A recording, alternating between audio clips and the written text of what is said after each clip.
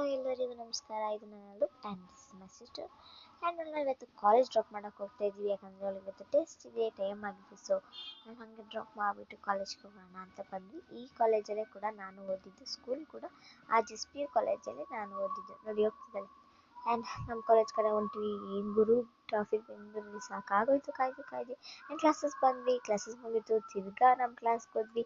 Actually ಇವಾಗ language period ಇತ್ತು, 3 section combine ಆಗಿತ್ತು. ಬಟ್ ಆ ರೂಮಲ್ಲೇ ಮ್ಯಾಮ್ ಮಾಡಿಸ್ಬಿಟ್ಟು ನಮ್ಮ ರೂಮಲ್ಲೇ ಕಾಯ್ತಿದ್ದಾರೆ. ನೋಡಿ ಅವರೇ ನಮ್ಮ ಕನ್ನಡ ಮ್ಯಾಮ್.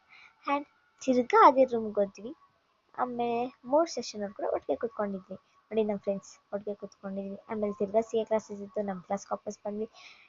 ಮ್ಯಾಥ್ಸ್ ಬೇಡ ಅಂತ ಕಂಪ್ಯೂಟರ್ ಸೈನ್ಸ್ ತೊಗೊಂಡ್ವಿ, ಆದರೂ ಅಲ್ಲೂ ಮ್ಯಾಥ್ಸ್ ಬಂದಿದೆ. ನೋಡಿ ಸಾಕಾಗೋಯ್ತು, ಮಾಡಿ ಕೂತ್ಕೊಂಡಿದ್ದೆ.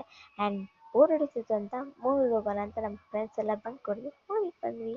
ಆ್ಯಂಡ್ ಇನ್ನೇ ಒಳಗಡೆ ಡೋರ್ ಓಪನ್ ಮಾಡಿರಲಿಲ್ಲ, ಸೊ ವೆಯ್ಟ್ ಮಾಡ್ತಿದ್ವಿ. ಆ್ಯಂಡ್ ಬಿಟ್ಟಾಗ ಒಳಗಡೆ ಬಂದು ಸೀಟ್ನ ಹುಡ್ಕಕ್ಕೆ ಸ್ಟಾರ್ಟ್ ಮಾಡಿದ್ವಿ. ಆ್ಯಂಡ್ ಕುತ್ಕೊಂಡು ಚೆನ್ನಾಗಿ ಅದು ಕಾರ್ಟೂನ್ ಹಾಕಿದ್ರು.